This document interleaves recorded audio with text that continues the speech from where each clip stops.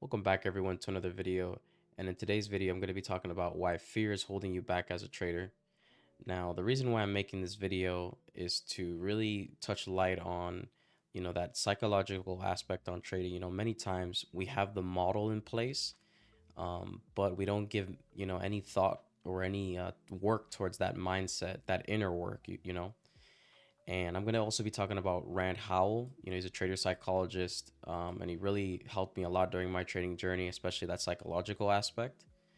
And really, this is to really give a deep understanding of what fear is and what it's really doing to your trading journey and how it's taking away from your development overall.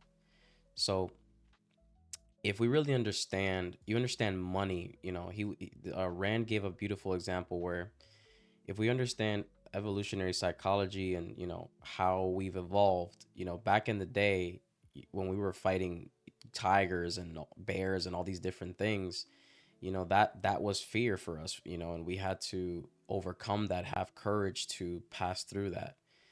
Nowadays, in this modern world of finance and things like that, biologically we see money as safety, power, all these different things, but that caveman aspect within our mind doesn't see money in that way. It just sees it as paper that you can burn it for wood fire or all these different things, but it won't see it as something necessary, for example. So we've sort of made the money aspect that we replaced the tigers with essentially digital money. So it's first understanding, having a mindset and being mindful of yourself and that psychology behind everything, and putting yourself in the best scenario you can be to where you won't be influenced by that, that caveman part. It's good, you have to understand it, but don't let that animal or nature of yourself, because you, of course, in trading we always want that rational aspect to fully be take over. But of course, with trading, that emotional part starts to really kick in.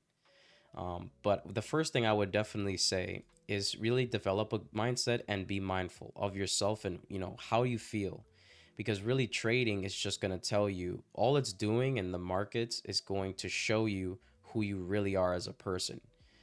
So if you're very outgoing and competitive, and you want to show everyone everything, especially with social media nowadays, people have that problem. That alpha type of mentality that Rand talks about is not going to translate to trading very well in a particular case, because when you have a model, when you have a system that's in place, many times this part of that personality isn't going to bode well, because in trading, being patient and waiting is something that not many can do. There will be days where you're sitting down and there's nothing to do, just watch the tape. But it's hard, you want to show, you want to get that money, you want to go at the markets, take that money back, that even if you lost, or show everyone that you're getting profits. It's something that many of us might be dealing with, on a day-to-day basis. But it's important that you have to sort of, you understand that it's part of you yourself, right? That psychological mindfulness, it's there, but you have to sort of take a step back and realize that this type of mindset isn't going to necessarily provide you with a successful blueprint in the long run. So really, it's developing a mindset and mindfulness to where know yourself, know what makes you tick. That's the most important thing. Knowing what those weaknesses are and what those strengths are, focusing more on the strengths, and by really knowing what really works for you, it's going to allow you to grow and develop as a trader, to where you focus on the gooder aspects. But it doesn't mean that you're going to ignore those weaknesses that you have, but you understand them. So the second thing is, and this is something that ICT talked about, many times people get FOMO, or fear of losing and all these different things, but really it's having a system, because of course you have the mindset, but now you need to develop a foundation to what you're trading, which is the actual model or system you're trading. Now with this model, the system that you have to really make sure you have a lot of data on it, have a good amount of data on it, to where you've back tested it, but you also have real live data that you've tape read, and you know that it's consistent. It's going to repeat over and over again, because, you know, the key to it is consistency. It's something that must repeat over and over. If it's something repeatable, then you know it removes that emotional aspect of it. You stay calm. So it's, for example, you don't want something random that's, if, you know, if it's not repeating every day, you know, obviously, of course, you have liquidity. We know above old highs and then above old lows are what? So you have liquidity. Buy stops above old highs, sell stops below old lows, right? That's something that is consistent throughout the market every day, 24/7. It's repeatable. And it's the same thing with the model that you're bringing. The model that you're bringing has to be something that is repeatable every day. Every day it repeats over and over. And of course, for those of you, some of you might be trading, you know, models that are not, you know, necessarily day trading, and might be scalping or swing trading. Well, it's the same thing. You want to go in and really test that and make sure that it's able to be repeated over and over and over again, because that'll get into the next topic, which is having an emotional intelligence. Emotional intelligence, what I would probably say, and I think Rand talked about this, is probably even more important than the rational aspect of trading, because emotional intelligence goes back to these four factors that Rand talks about, which is to have the courage of a warrior, the discipline of a ruler, the impartiality of a sage, and the self-soothing of a caregiver. So knowing your emotions really well, being really well in tune with them, not only in the aspect, like I told you before, that caveman aspect, that animalistic aspect of your brain, but also the rational part. You have to really, it's like this yin yang relationship where you have to understand both of them, you know? You have to understand both of them for you to really grow, because it's like a coin, you know? There's two sides to the coin at the end of the day. Similar to, for example, temperature. Hot and cold are part of the same thing. We just see them differently, but they're the exact same thing. They're part of the same one, if you want to put it that way. Really, the way you think is going to affect the way you feel, and the way you feel is going to affect the way you act, your actions, and then you have the end result. I talk about this. I had a presentation before. I'll link it down below if you guys want to watch that, where I talk about this model here, that psychological model.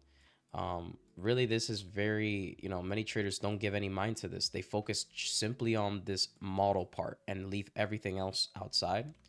So you have to understand that your mindset, your thoughts, the way you're thinking affects that emotional aspect of how you feel. Because if you're constantly putting yourself down as a trader, you know, many times if you take a loss or a stop loss, if and you also tell yourself, you know, I'm bad, I'm this or that, I suck. Or for example, even the opposite, I'm gonna go and I'm gonna win millions of dollars. All these different things are not gonna do you any good, because they're going to influence the feeling aspect. What do you think is gonna happen if you act that way? It's gonna create like a gambler, you know, type of psychology within your trading, which the action will then result in over trading or never trading, um, or making really bad decisions that, in terms of the end result, are not going to be as good. So we then go to discipline and routine. Like this goes back to what I talked about, having a consistent model. If you have a regimen in place that you know that at a particular hour of the day, right?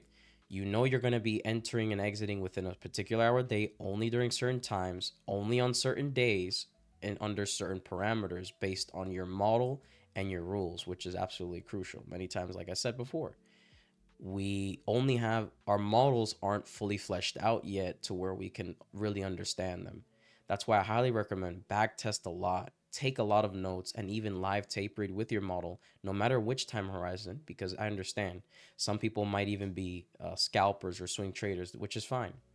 But having enough data is goes back to that discipline. Have a routine where you know that, you know, if you sleep at 2 in the morning or 3 in the morning, but you know your trading hours at 8 in the morning, you know, obviously that's not going to be good. You want to have a well rested mind, because, you know, a healthy body and mind is going to definitely influence your trading performance.